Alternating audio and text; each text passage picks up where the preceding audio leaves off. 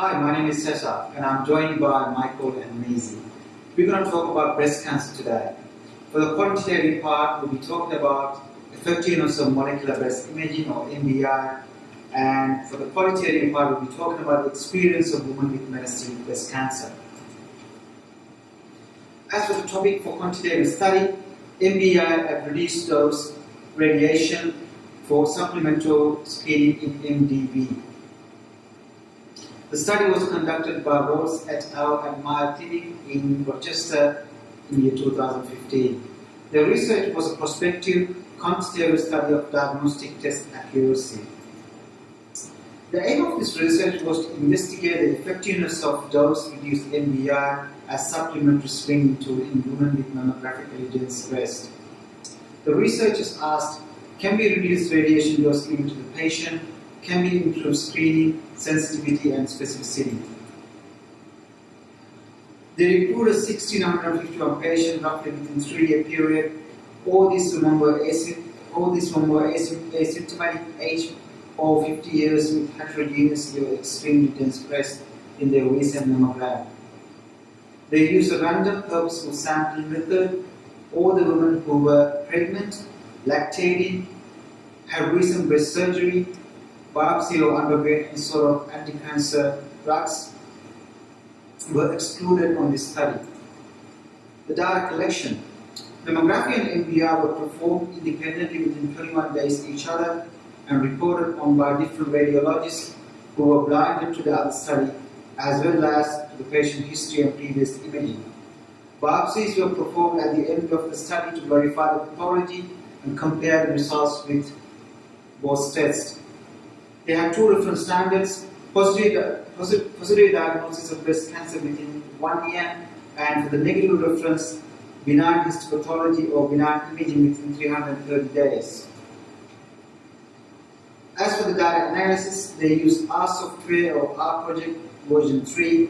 They made calculations of specificity and sensitivity, recall rate, positive predictive values, negative predictive values, which are PPV1 and PPV3, MPV1 and MPV3, and Wilson scores to compute 95% confidence limit. McNeema and Fisher exact text was used to comparison between modalities. Moskowitz and PEP methods used for comparison between predictive values. What are the key findings? From 1,558 patients, 21 patients were positively diagnosed with breast cancer using biopsy results. From them, 14 patients positively diagnosed with MBI alone, and only 3 patients were positively diagnosed with mammography alone. Therefore, the researchers concluded that MBI with an effective dose of 2.4 millisieverts increased the overall cancer detection sensitivity by 67%. Into the critical analysis of the Article 1, as for the internal validity, the study showed adequate literature review. They have made some comparison between other modalities such as MRI, ultrasound, and thermosynthesis. The techniques and equipment that they were used were well documented. The researchers were aware of the sensitivity and specificity of the equipment. They have used reliable and updated technology for this study. One of the concerns we had was the time gap between the initial scan and pathology verification. It is possible that the patient can have their cancer status change during this period.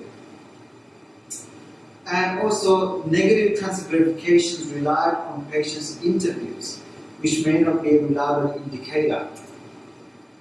Also, when reporting, although the study designed to minimize the bias by blinding the radiologist the patient history and results in clinical history, because of the subjective nature of the reporting of medical imaging, it is possible that the same result can be interpreted differently. Therefore, the inter-observer reliability is in question. Also, the study showed no indication of quality control. We assume that the clinic had QC procedures in place, but the lack of any mentioning in the article threatens the validity of the study. Finally, there was a lack of intra-observer reliability due to absence of repeated procedure. This is possible due to this is possible due to inability to justify additional dose to patient's dose. Michael? Thank you, Gus. Onto reliability. The stability and reliability of the study was quite good. The prolonged nature of it shows we have stable results over the time frame. Representative reliability was quite poor, as there was a poor coverage of subpopulations, especially the smaller ethnic minorities. The study also showed good equivalence reliability, shown by the good coverage of variables, in particular the menopausal status of the women, as well as additional risk factors such as BCRA1 and BCRA2 gene mutations. For the generalizability of the study had a large sample size as well as an appropriate sampling method. It also had a well-defined inclusion and exclusion criteria, and this all meant that all the participants used for the study were relevant to the research question, and all the data that was obtained can be generalized to women who have this disease. The downsides for generalizability of the study were, as mentioned before, was predominantly Caucasian sample base. This was shown by 98.1% of the sample being Caucasian. This left 0.3% being African American, 0.9% being Asian, and 0.7% coming from other smaller ethnic minorities. The other downside is that the study was conducted at a single clinic, and as this clinic could provide both primary and specialty care for breast cancer patients, the findings are limited in generalizability to other breast imaging centres, as not all centres may be able to provide the same services as this centre does. In summary, the sampling and data analysis methods were appropriate for the research question of the study. However, the data collection, in particular verification and reporting steps, could have been improved in order to reduce any inaccuracies or bias in the results. The strength of the study were its large sample size, good coverage of variables, and its in-depth statistical analysis of the data collected.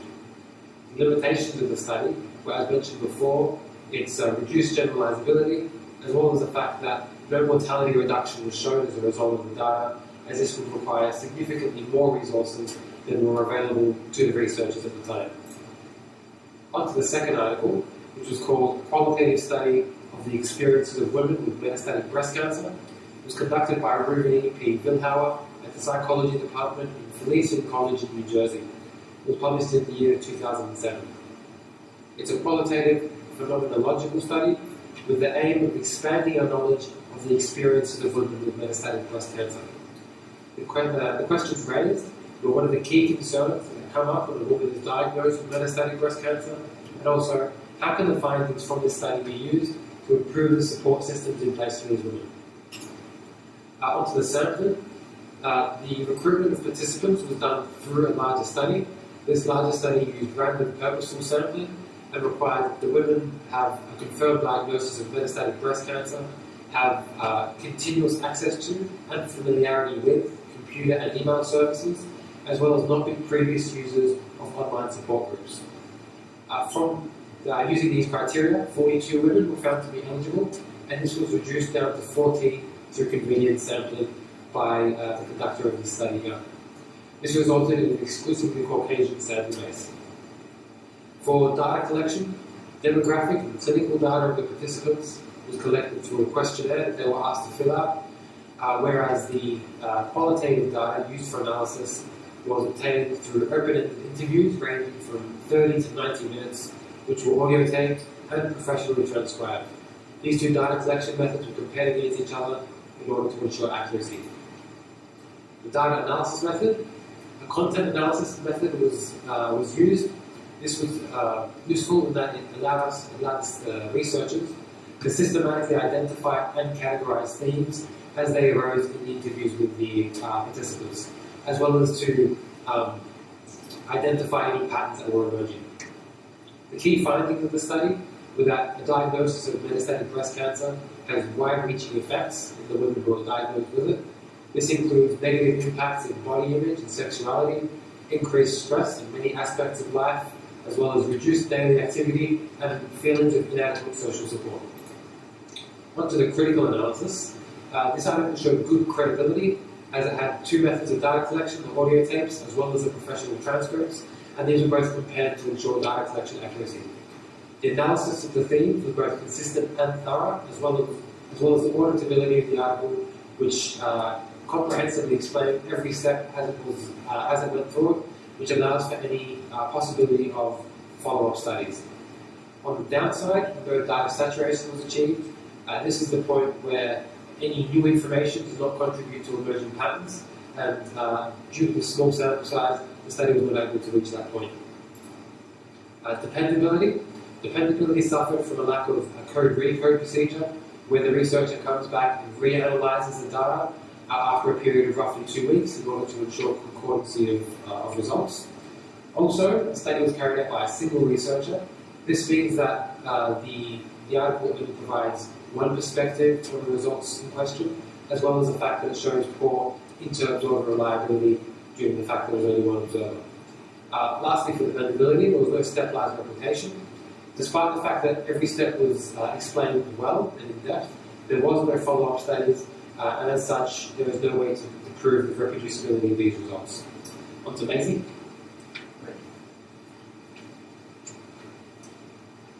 Thanks, Michael. And now, I'm gonna talk about the transferability of the article. The sample size was far too small, so the result may not be representative. But one of the reasons is the sample was exclusively Caucasian.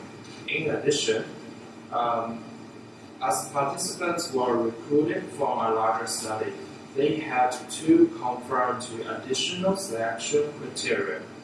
This was important as the initial study required women who may have had an increased need for support.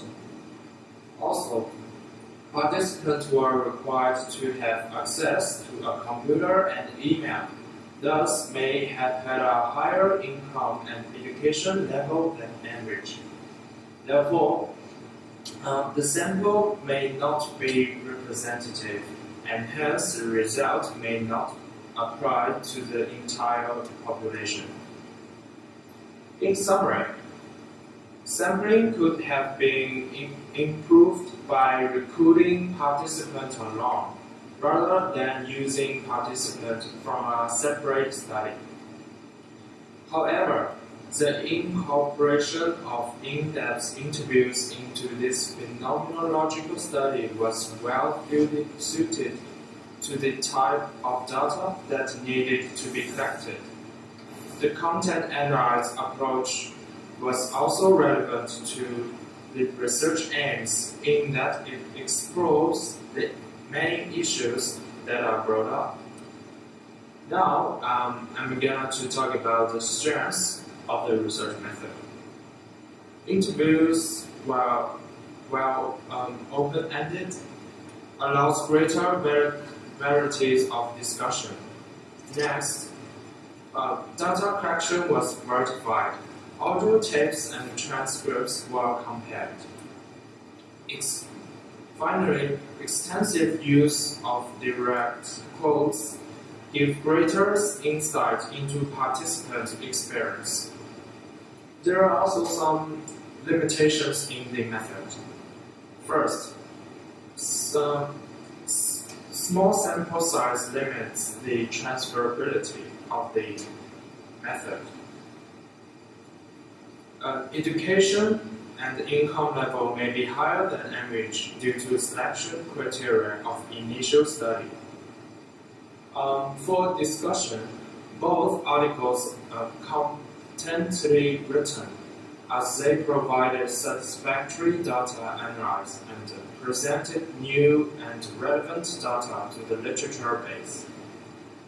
The quantitative study is useful for the following reasons. It attempts to reduce to dose received by the patient. This is keeping with the Alara principle that governs all medical radiations. In addition, it seeks to improve screening effectiveness, which leads to its final aim, which is mortality reduction. Although this was not achieved within the study.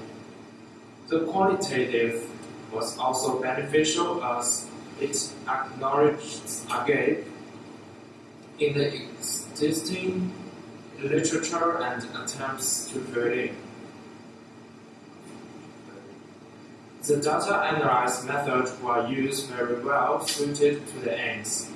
It seeks to improve understanding of women with metastatic breast cancer, which sets up further research to improve support system in place.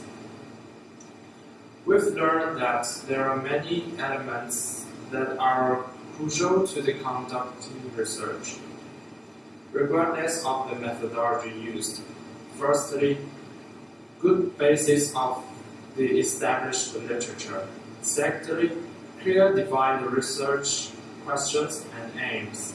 Finally, clear explanation of procedure to allow replication studies. Also, importance is the ability to critique any key components of an article. For the quantitative article, this means internal validity, reliability, and generalizability. For the qualitative article, this means credibility, dependability, and transferability. Finally, here are the references we used for our presentation. Thank you for your time.